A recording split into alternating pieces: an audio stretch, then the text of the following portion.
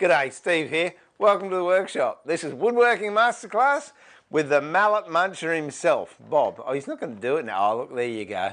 I'm not letting him have the new one. This is the extra I promised you with the mallet build on how to pretty it up. So you can take a utilitarian piece of... Bob, that is most distracting. Sit. What are you going to do with something like that? You've got to love him, don't you? So you can take a mallet, which is a utilitarian tool in the workshop, or turn it into a work of art. Well, I'll get Bob off here before he destroys something else. And I hope you enjoy this episode. You're a good boy, Bob. See you soon.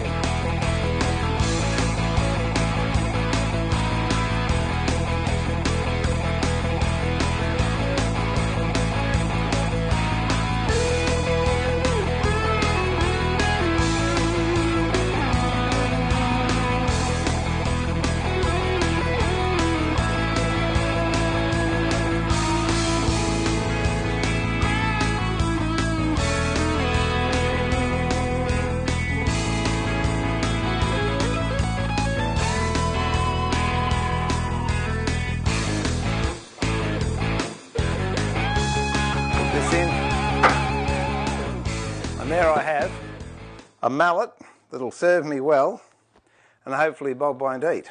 But I did say I'll show you how to personalise it and pretty it up. So if you don't want just a normal tool and you want to make it something special for the workshop, or it might be a gift for somebody, or it might be a showpiece. And by the way, did you notice we got rid of all the marks when we planed this little dome bit on the top? And you might have some marks on the side, or it might have blemishes on there or whatever, and you want to cover it up, or you just want it to look good. What I've got here is a piece of burl. It's actually called ambonia, and I'm going to put that as faces on each side of the mallet head. First of all, I'm going to rough cut it. Now, if you're going to do this, don't round over these parts yet, because it can cause problems when you're trying to cut your veneer to shape. So leave these nice and sharp. Work out which side I'm going to lay down. I'll lay that side down. Pretty good there. As I said before, if you're cutting veneer, get a little bit of 240 wet and dry on the back of the ruler. If you haven't got it and you're trying to cut veneer in a straight line, a lot of times the ruler slips. So if it's got that 240 on it, it doesn't slip. And when you cut veneer, don't try and do it in one go. Just do it in a lot of light passes. But don't look at the camera when you're doing it, because you could cut your fingers.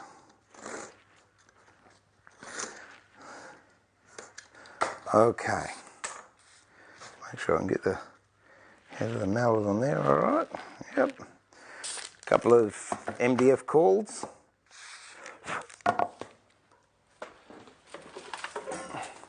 Just a little bit of wax paper under it. Now, in most cases, if I'm veneering, I'll use hide glue. But because this is going onto timber, even though it's quarter sawn, it may expand and contract marginally, and if I've got PVA, that will give it just enough elasticity not to crack the veneer.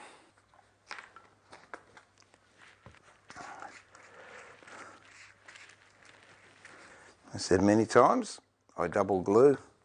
That way I know I've got good coverage.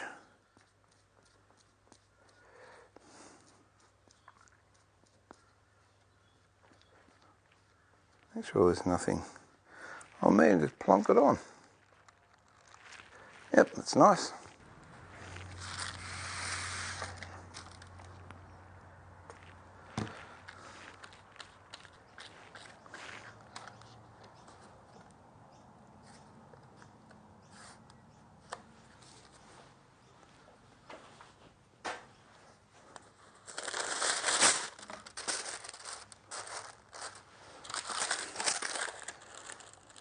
I'll put this in a clamp, or in this case a vise.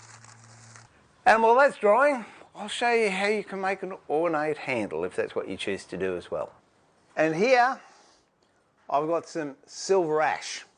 Now, in contrast to the handle we've just made, I thought I'd make something in contrast to the mallet. So exactly the same set out as the measurements we took for this, 30 mil down from the top, then the thickness of the head, and then work out where your fattest portion is and your desired length. To save me doing all that again, what I'm going to do is use this as a template for the other handle. But before I get that handle, of course, got to have a piece of trusty MDF, little 3mm MDF, put that on top and trace around the shape I've got and mark the depth that the head actually comes down. That's the top of it. I'm going to give myself a little bit more height, so I'll put an extra 20 mil or so on top of that.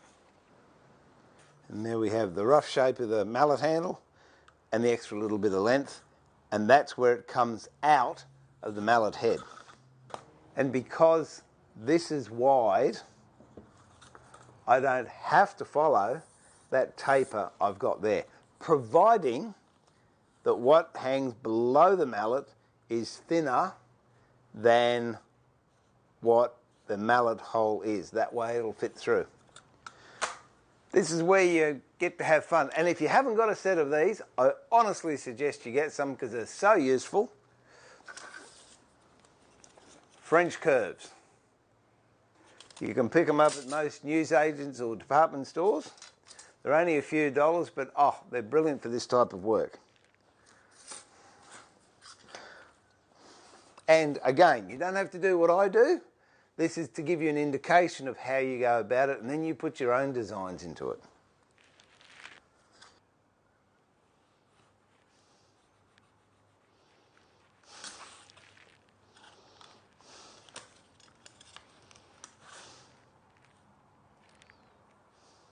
Now there's the shape that I've drawn, partly with French curves and partly freehand. Now you cut that out with a fret saw or a jigsaw or on the bandsaw. I'll go over to the bandsaw and cut it out. As you can see, it's fairly rough and I'm sticking to the outside of the pencil line. You can use rasps, sandpaper or spoke shaves to refine the shape that you want to achieve.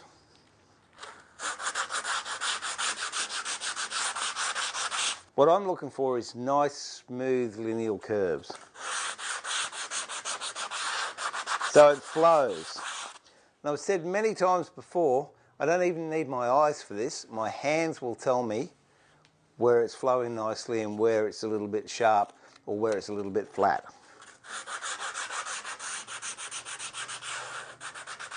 Make sure you get this line straight though, but stay on the outside of the pencil line.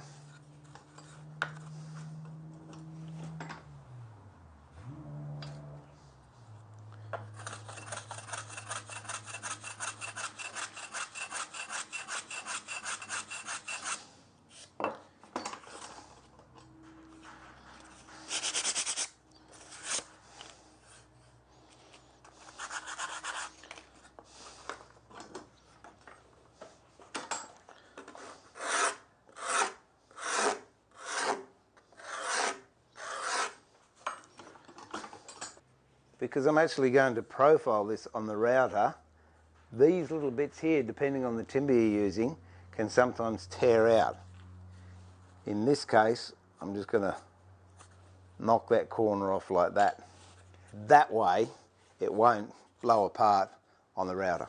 Now I've got that to the profile that I want, take a piece of slightly thicker MDF or plywood and cut it or rip it to the thickness of the thickest part of your handle, and remember that has to be wider at the top than the actual hole, which I've got here. Then with double-sided tape, line up the bottom of the jig to the bottom of your thicker piece, and bear in mind to keep this, which is the widest point, on the edge. Go over to the bandsaw, take the majority of the waste off, and then I'm using a profile router cutter bit with a bearing to actually shape this in place. Now that's been profiled, peel the tape off and do exactly the same to the other side. Careful to line up the bottom with the bottom and this top edge with this top edge, like that. Already got one half shaped, now we're going to shape the other half. There is the shape for your handle. Take a piece of timber. Now I will emphasise at this point, I know in part one I said I was going to have a 19mm wide handle, but then I had a slip of the file. What I did, I just chiselled that out evenly, so now actually I've got 22mm, so I had to go an extra 1.5 mm to clean up that mistake I made with the file. So I've got a thicker handle, but that's the wonderful thing about not making the handle until you've finished doing the chisel head and you've actually finished mortising that hole through. Then you can make adjustments on the way. All right, get the piece of timber, double-sided tape again, pop it onto your piece of timber, or you can nail it on with little brads if you prefer.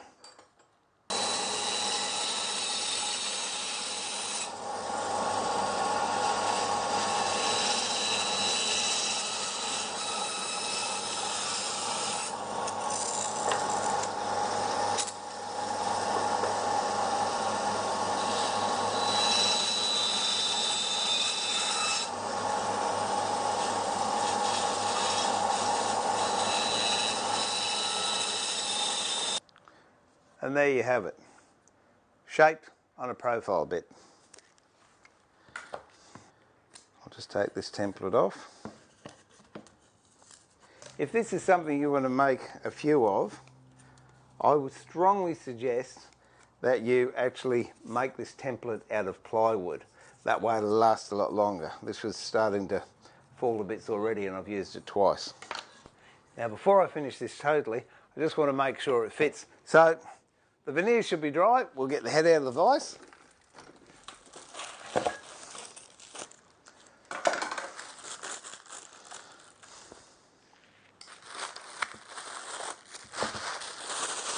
It's a little bit wide, so I can plane that down.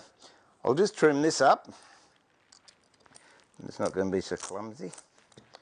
Again, when you're trimming veneer, don't try and do it in one hit, especially this sort of burl. Take your time and just stroke the knife over it. You might think it's going to take forever, but it will eventually cut. What a transformation already from just a normal mallet head to really one that's quite beautiful with a nice piece of veneer on it. All right, see if this fits in. A little bit tight. It's all right. Pop this in the vise and I'll just plane a little bit off.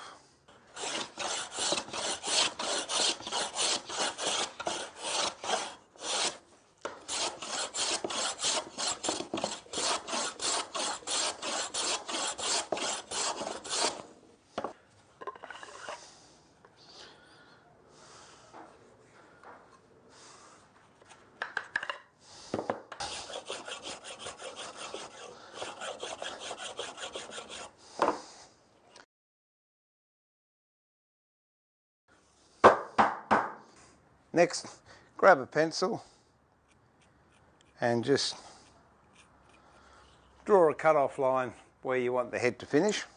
I'll go over to the bandsaw, cut that. Now I've got that cut to shape. I'm going to go back to the router table and do a round over just to give it a bit of added style.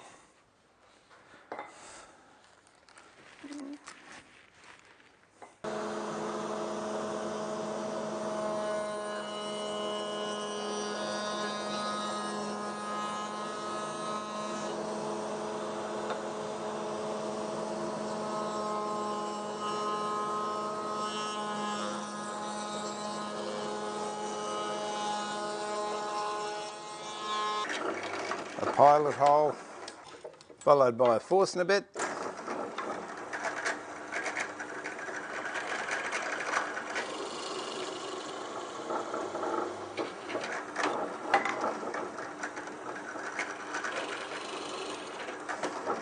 And lastly, a countersink.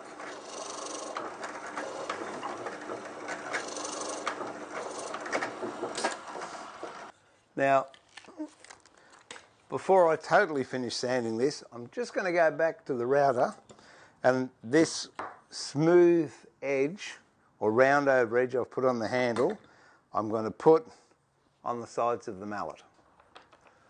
Once more, into the vise, nice and firm, ear muffs, or in this case eye muffs. And I'm using a trimmer, Makita trimmer, with a base that I've made.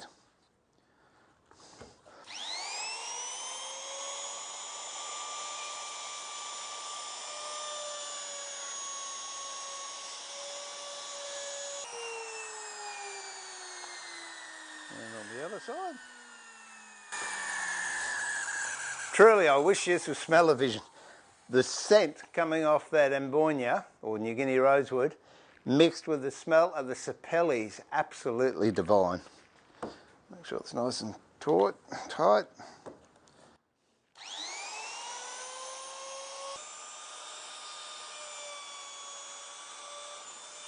I think what I should do now is sand it all, and then we'll oil it and put it together. Just finishing it off with a little bit of 400. You don't have to go that far, but I thought we might as well make the effort. Now, one last thing to do, and that's to put my brand on it. And I think I'll put that on the handle.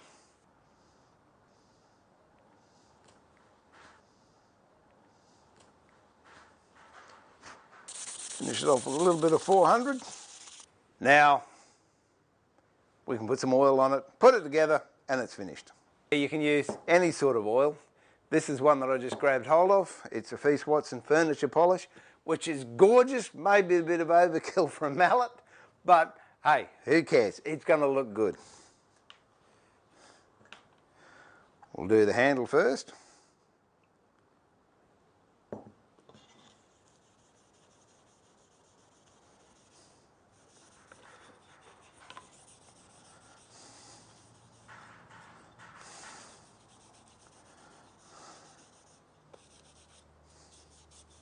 And now for the top. And this is going to make your eyes pop.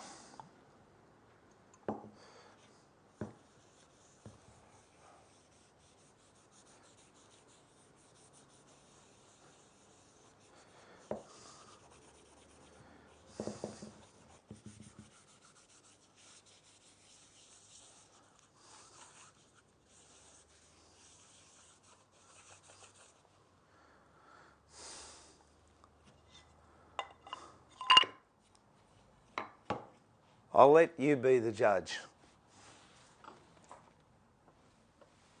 Bearing in mind that this is exactly the same mallet as we put together in part one.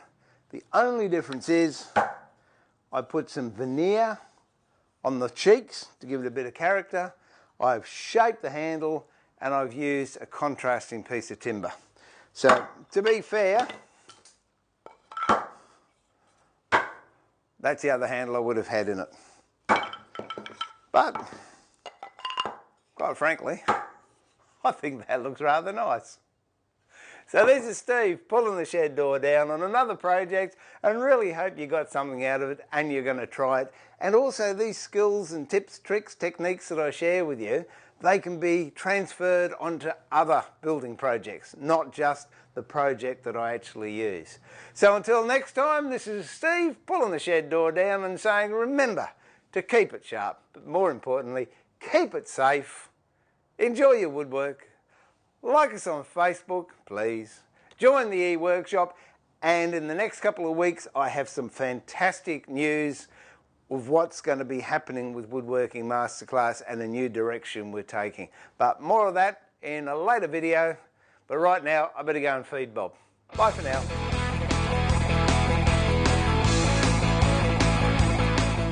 Now, before I finish this totally, I just want to make sure it fits. So, the veneer should be dry. We'll get the head out of the vise.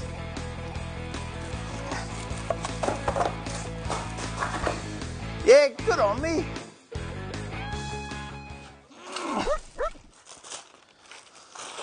Can't blame Bob for that one.